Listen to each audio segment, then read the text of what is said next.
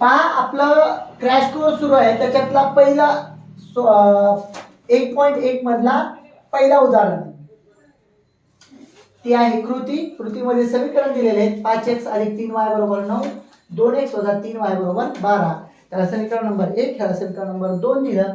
आता कृतीमध्ये सांगितलेलं आहे की समीकरण 1 आणि 2 ची तुम्हाला काय करायची, बेरीज करायची. तर आपण मांडणी केली 5x + 3y = 9 अधिक 2x - 3y = 12. इथं अधिक 3y - 3y गेले ढगात कटून जातात. राहिलं काय, ह्या दोघांची बेरीज 7x बरोबर, ह्या दोघांची बेरीज इथे येईल तुमची 21. तर x ची किंमत निघून जाईल इथं 21/7. 7 1 6 7 3 21. म्हणजे तुमचं x काय येणार आहे इथं, x बरोबर 3. चला ही किंमत त्यांनी समीकरण 1 मध्ये ठेवायची आहे आपल्याला. x बरोबर 3 समीकरण 1 मध्ये ठेवा म्हणून सांगितले. समीकरण 1 आहे आपला हा, तर x च्या ठिकाणी 3 ठेवायचे. तर x च्या ठिकाणी 3 अधिक 3y बरोबर 9, 5 3 15 अधिक 3y बरोबर 9. हे 15 तिकडे गेल्यावर वजा होतील, म्हणजेच काय, तर 3y बरोबर 9 वजा 15. तर इथं 3y बरोबर ह्या दोघांची वजाबाकी वजा 6, म्हणजे y बरोबर वजा 6/3. वजा 6 का, मोठ्या पदाचा चिन्ह. 3 1 3 3 2 6, म्हणजे y बरोबर आलं तुमचं वजा 2. झालं. उकल लिहायची शेवटी. उकल x, y बरोबर 3, वजा 2. अशा पद्धतीने सोडवायचं. ठीक आहे.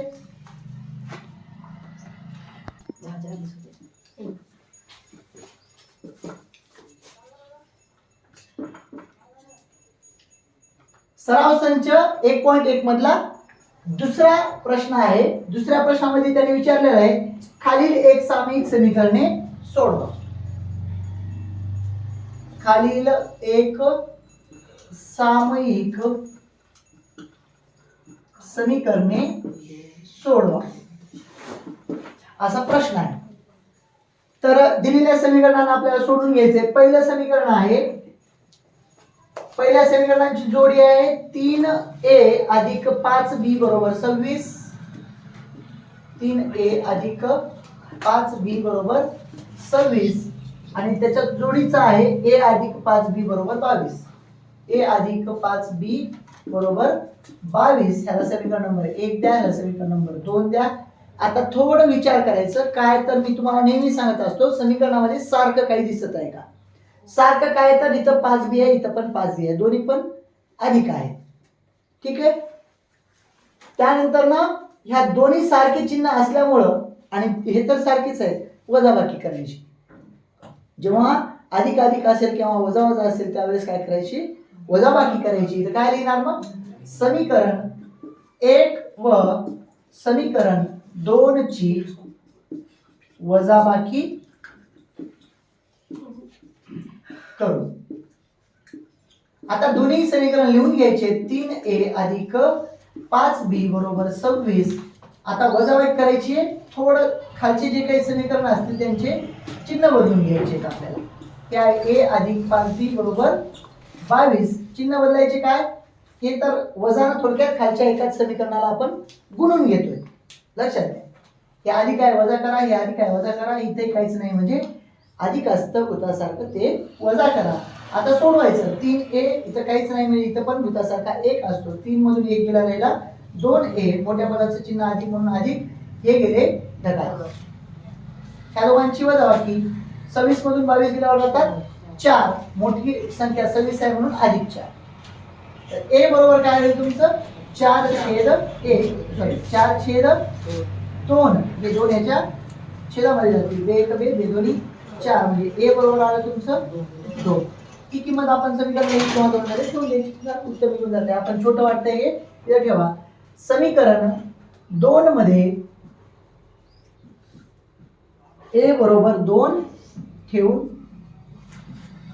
ए बरोबर किती ठेवायचे 2 ठेवायचे तर 2 अधिक 5b बरोबर 22 हे अधिक 2 आहे तिकडे गेल्यावर वजा होतील 5b बरोबर 22 हे तिकडे गेल्यावर वजा 2 म्हणजेच 5b बरोबर येईल तुमचं 20 आणि b बरोबर येईल तुमचं 20 हे गुणाकारात आहे त्याच्या भागाकारात जातील 5 × 5 = 20 म्हणजे b बरोबर आलं तुमचं 4 शेवटी लिहायचं काय उकल a, b बरोबर 2, 4 झालं उत्तर अशा पद्धतीने दुसरं उदाहरण आहे दुसरा प्रश्न x अधिक 7y बरोबर 10 x अधिक 7y बरोबर 10 आणि त्याच्या सोबतचं आहे समीकरण 3x वजा 2y 3x वजा 2y बरोबर 7 ह्याला समीकरण नंबर 1 द्या ह्याला समीकरण नंबर 2 द्या बोलू नका आता समीकरण 1 आणि 2 मध्ये आपल्याला चेक करायचंय पहा सारखं काही दिसत आहे का सारखं म्हणजे काय की बाबा इथे x तर इथे x इथं 7y तर इथं 7y असं काही दिसत नाही तर मग एकटं कोण आहे का एकटं इथं x आहे ह्याला आपल्याला 3x बनवायला सोपं म्हणजे 3x बनवता येते कसं गुणून 3 ने काय करायचं समीकरण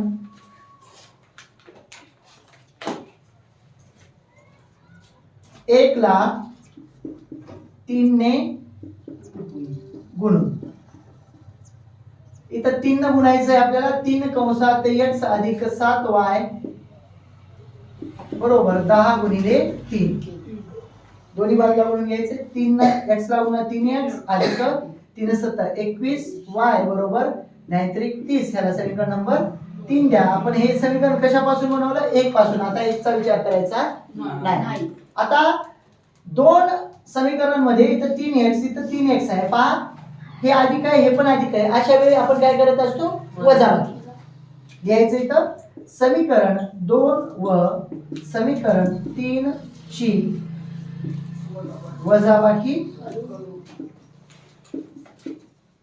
करून दोन्ही समीकरण मांडणी करायची इथं 3x वजा 2y बरोबर 7 आणि 3x अधिक 21y बरोबर 30 वजाबाकी करत असताना खालच्याचे चिन्ह बदलून घ्यायचे त्याला अधिक आहे तर वजा हे अधिक आहे तर वजा हे अधिक आहे तर वजा आपण काय करतोय थोडक्यात वजानं गुणून घेतोय हे अधिक आणि वजा गेले ढगात आता हे वजा आहे हे पण वजा आहे तर दोघांची बेरीज होईल 23y पण कोणते वजा हे वजा 30 मधून 7 गेल्यावर राहतात वजा 23च मोठ्या पदाचा चिन्ह आता हे वजा हे वजा दोन्ही पण कटून जातात म्हणजे आपल्याला y ची किंमत भेटून जाईल y बरोबर 23/23 बरोबर 1 म्हणजे y बरोबर काय आलं आपलं 1 आलं आता ही किंमत आपण समीकरण 1 मध्ये ठेवून देऊ छोटा वाटतोय समीकरण 1 मध्ये y बरोबर 1 ठेवून समीकरण 1 आहे y च्या ठिकाणी 1 ठेवायचं हे आहे x अधिक 7 कंसात 1 बरोबर 10 हे x ला x 7 1 7 बरोबर 10 हे अधिक तिकडे गेल्यावर काय होतील वजा म्हणजे 10 वजा 7 म्हणजे x बरोबर येईल तुमचं 3 झालं शेवटी लिहायचं उकल x, y बरोबर 3, 1 कारण ही x ची किंमत अगोदर लिहायची y ची किंमत नंतर ठीक आहे लिहून घ्या चला पुढचा प्रश्न आहे 2x वजा 3y बरोबर 9 2x वजा 3y बरोबर 9 याला समीकरण नंबर 1 द्या 2x अधिक y बरोबर 13 2x अधिक y बरोबर 13 याला समीकरण नंबर 2 पहा आपल्याला समोरच समीकरण पाहायचे इथं 2x आहे इथं पण 2x आहे सारखं आहे एकट्याचं बघत बसायची आवश्यकता नाही लिहायचं समीकरण 1 व समीकरण 2 ची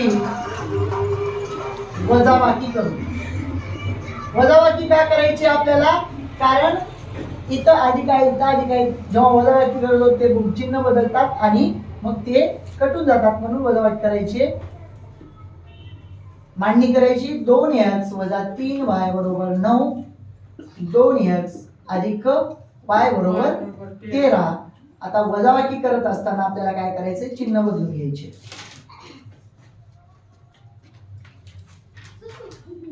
हे अधिक वजा गेले ढगात, हे वजा 1 आहे, इथं 3 आहेत, वजा 4 y होतील.